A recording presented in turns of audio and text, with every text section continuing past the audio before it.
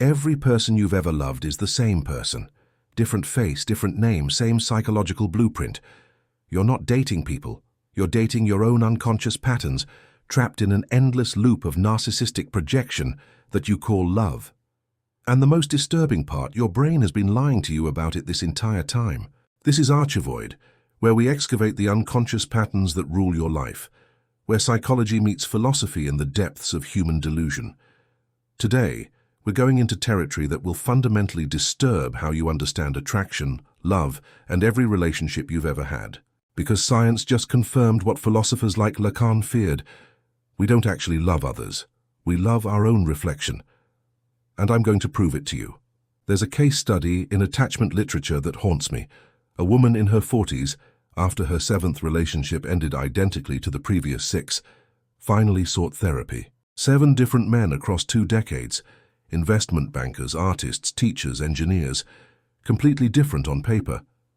But when her therapist mapped their psychological profiles, they discovered something chilling. She wasn't choosing partners. Her unconscious was casting the same character over and over, hoping this time the story would end differently. This woman isn't an anomaly. She's the statistical norm. 70% of adults are unconsciously recreating their childhood attachment dynamics in every romantic relationship. That instant chemistry you feel, that's not attraction. That's recognition. Your unconscious recognizing a familiar wound.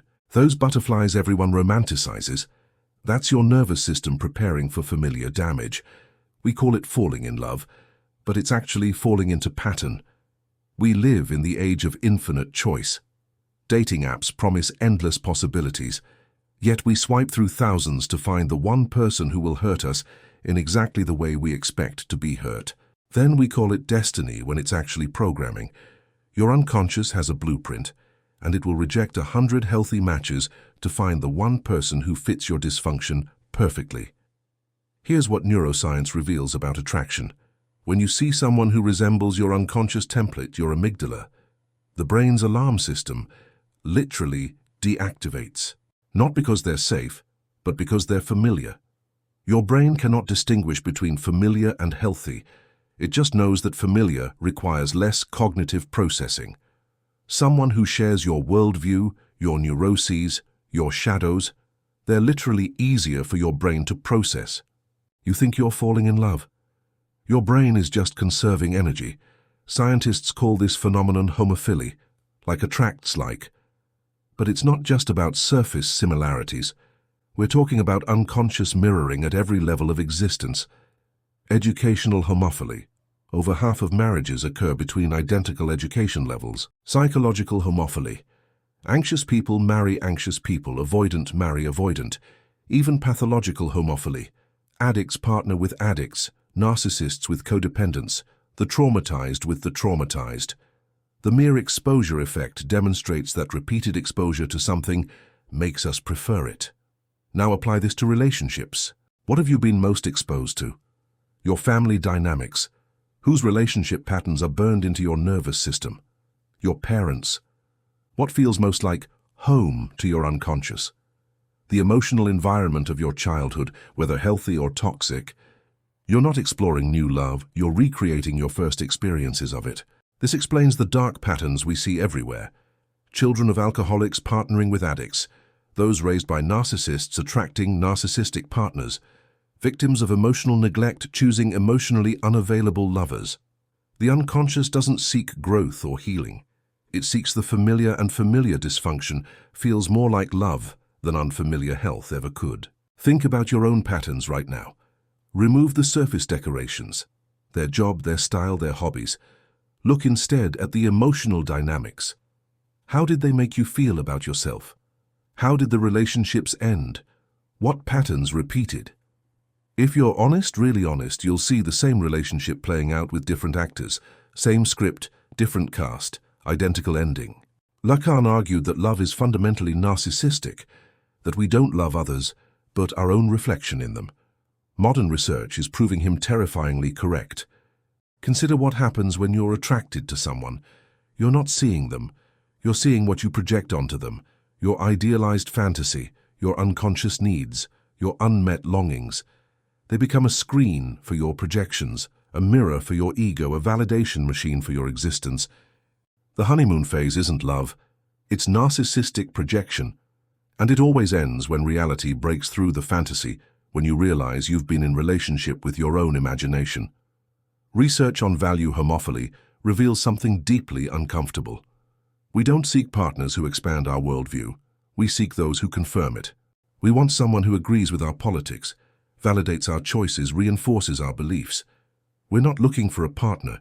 We're looking for an echo chamber, someone who will tell us we're right about everything, especially about ourselves. We call this compatibility, but it's actually consensual delusion.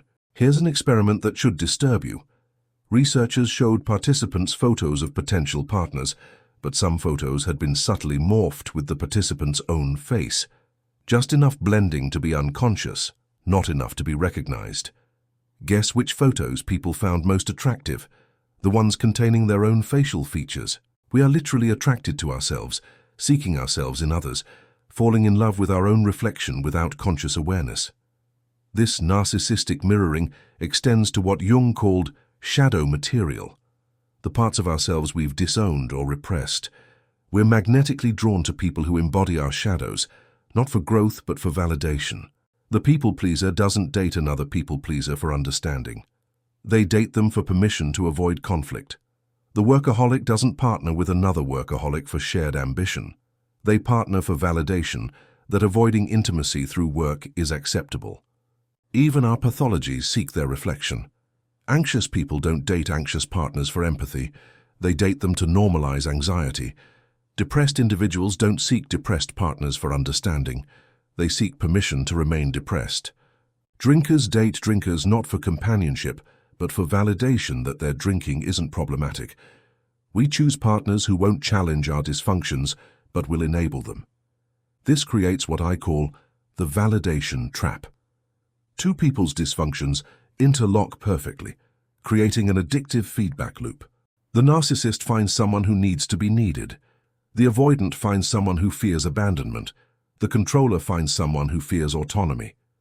Sartre understood this when he wrote that hell is other people, not because people are inherently evil, but because we imprison each other in fixed roles, using others as mirrors for our own ego. We don't relate to others as they are. We relate to them as characters in our internal drama. We assign them roles, write their lines, then call it love when they perform perfectly. But the darkest pattern is repetition compulsion. Freud's discovery that we unconsciously recreate our original wounds, not for healing but for the fantasy of mastery. The child whose father was critical dates critical partners, unconsciously hoping this time they'll be good enough. The one whose mother was controlling seeks controlling relationships, unconsciously hoping to finally earn autonomy. We're not seeking love. We're seeking to rewrite history. Here's the tragedy. You cannot heal childhood wounds through adult repetition. You can only create new versions of the same wound. Every relationship becomes an unconscious attempt to go back and fix the original trauma, but you're using the same script, the same dynamics, the same inevitable ending. You're trapped in a psychological time loop, repeating your past while calling it your future. Attachment research reveals the mechanism. 70 to 80% of people with insecure attachment, anxious, avoidant, or disorganized, recreate their childhood attachment dynamics in adult relationships. If you had an inconsistent caregiver, you're drawn to inconsistent partners. If you had an emotionally absent parent, you're attracted to emotional absence. Your nervous system literally cannot recognize secure attachment as love because it never learned what that feels like. The result? Anxious attachment seeks avoidant partners in a painful dance of pursuit and withdrawal. Avoidant seeks either anxious partners they can distance from or other avoidance for mutual emotional starvation. Disorganized attachment creates chaos, seeking relationships that oscillate between extremes. We don't choose these patterns consciously. Our nervous system chooses for us, selecting what feels familiar over what might heal us. Society itself reinforces these unconscious patterns through what sociologists call assortative mating. 54% of marriages occur within the same education level. Similar income brackets marry each other. Same race, same class, same religion, same political views. We think we're choosing freely, but society has already sorted us into pools of similarity. Your dating app isn't showing you all available partners. It's showing you people the algorithm determined are similar enough to you. Even technology is now enforcing homophily. But here's the ultimate mindfuck that researchers recently discovered. Even when opposites do attract and actually work better together, our brains lie to us about it. Studies on complementary couples, where dominant partners pair with submissive ones, where extroverts balance introverts, show something bizarre. These couples report higher satisfaction than similar pairs, but when asked to describe their partner, they retroactively distort reality to see them as more similar than they actually are.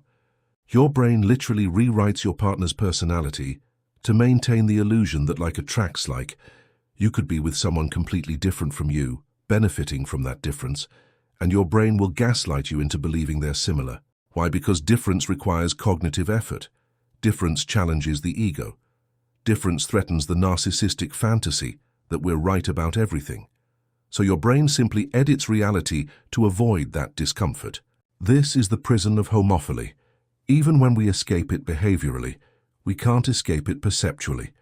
We're so addicted to sameness, to validation, to narcissistic mirroring, that we'll distort reality itself to maintain the illusion.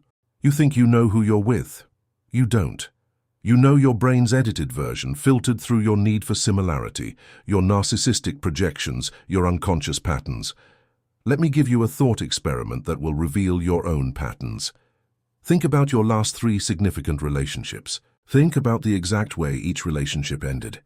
Strip away all the surface differences and look at the emotional skeleton underneath. Do you see it yet? The same relationship, playing out with different people, creating the same wounds, ending the same way. Now think about your most difficult parent or primary caregiver, the one who left the deepest mark, whose love was hardest to earn or keep. Compare that emotional dynamic to your romantic patterns. The similarities aren't coincidence. But it never does because you're using the same script. This is why dating advice is useless. This is why changing your appearance, your confidence, your dating strategy changes nothing fundamental. Because you're not choosing partners from your conscious mind. You're choosing from unconscious patterns laid down before you could even speak. You're attracted to what damaged you, seeking to master old wounds through repetition, falling in love with your own projections and calling it destiny. The existential weight of this is crushing. If we're all narcissistically selecting mirrors, if we're all trapped in repetition compulsion, if we're all dating our unresolved trauma, is real love even possible? Can we ever truly encounter another person, or are we doomed to only see our own reflections? Can we break free from these patterns, or are we psychological prisoners, unconsciously condemned to repeat our past forever? The answer requires facing something most people never will: the difference between narcissistic love and genuine encounter. Narcissistic love, which is what 90% of relationships are, is loving someone for how they make you feel about yourself, for how they validate your worldview, for how they fit your unconscious patterns. It's using another person as a mirror, a validation machine, a prop in your psychological drama. But genuine encounter, that's something entirely different. That requires what Levinas called facing the other, encountering someone in their radical difference, their irreducible separateness, their failure to mirror you. It means loving what you don't understand, what doesn't validate you, what challenges your entire self-concept. It means choosing growth over comfort, truth over validation, reality over projection. But here's the paradox. To achieve genuine encounter, you must first recognize your patterns. You cannot transcend what you're unconscious of. You cannot break free from a prison you don't know exists. The first step isn't finding the right person. It's understanding why you've been choosing the wrong ones. It's mapping your unconscious blueprint, identifying your repetition compulsions, recognizing your narcissistic projections. What dysfunction are you seeking to validate? What childhood wound are you trying to heal through repetition? What parental dynamic are you recreating? Which shadows are you projecting onto partners? Until you make these patterns conscious, you're their prisoner. The attachment healing comes next. If you have anxious attachment, you need to understand why inconsistency feels like love. If you're avoidant, you need to examine why distance feels safer than intimacy. If you're disorganized, you need to recognize the chaos pattern and its origin. This isn't about blame. It's about breaking free from unconscious programming that was installed before you had any choice. Here's the practical framework for liberation. First, map your pattern. Write down every significant relationship and identify the common emotional dynamics, not surface traits. Second, identify the original wound. Which childhood relationship does this pattern echo? Third, recognize your projections. What are you seeing in partners that's actually your own shadow material? Fourth, practice conscious rupture. Deliberately engage with people outside your pattern, even if it feels uncomfortable. Fifth, embrace difference. Learn to tolerate, then appreciate, then love what doesn't mirror you. But I need to warn you. Breaking patterns is psychologically painful. Your nervous system will revolt. Secure, healthy people will feel boring because they don't activate your trauma. Kind, consistent partners will feel suspicious because they don't fit your unconscious template. Your brain will create anxiety, convince you there's no chemistry, manufacture reasons to return to familiar dysfunction. This is withdrawal from psychological addiction. The philosopher Emmanuel Levinas offers a path forward. He argued that true love requires encountering the other as genuinely other, not as a projection, not as a mirror, but as a separate being. This means learning to love what confuses you, what doesn't validate you, what challenges your fundamental assumptions about reality. This is the difference between what I call narcissistic fusion and conscious relationship. Narcissistic fusion seeks to merge with another, to eliminate difference, to create a psychological unity where both people lose themselves. Conscious relationship maintains separation, celebrates difference, creates intimacy without fusion. It's the paradox of being deeply connected while remaining fundamentally separate. The transformation available here is profound but rare. When you understand your patterns, you can finally choose rather than be chosen by your unconscious. When you recognize your projections, you can withdraw them and see others as they actually are. When you heal your attachment wounds, you can love from wholeness rather than need. When you embrace difference, you can experience genuine encounter rather than narcissistic mirroring. But most people will never do this work. It's easier to keep dating the same person in different bodies, keep recreating the same wounds, keep calling dysfunction chemistry. It's easier to swipe through apps looking for a better mirror rather than learning to see beyond your own reflection.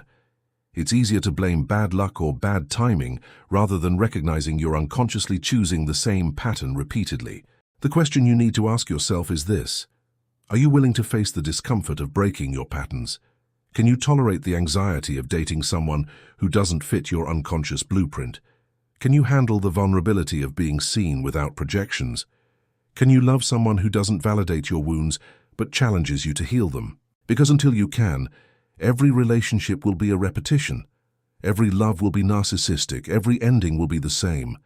Your entire romantic history has been one relationship with different faces, the same emotional dynamics, the same unconscious dance, the same inevitable conclusion. You haven't had multiple relationships. You've had one relationship multiple times, but consciousness breaks the loop. Awareness creates choice. Understanding your patterns gives you the power to transcend them. This is ArcheVoid, where we don't just explore ideas but excavate the unconscious patterns that imprison you. If this video disturbed something deep in your psyche, good. That's your unconscious recognizing its own patterns. Share this with someone who keeps dating the same toxic person and wondering why. Subscribe if you're ready to explore the depths where psychology, philosophy, and uncomfortable truth converge. And remember, you don't have a type. You have a pattern. And patterns can be broken, but only by those brave enough to face them. The choice is yours. Keep dating your trauma or finally learn to love beyond your own reflection. Choose wisely. Your entire future depends on whether you remain a prisoner of your past.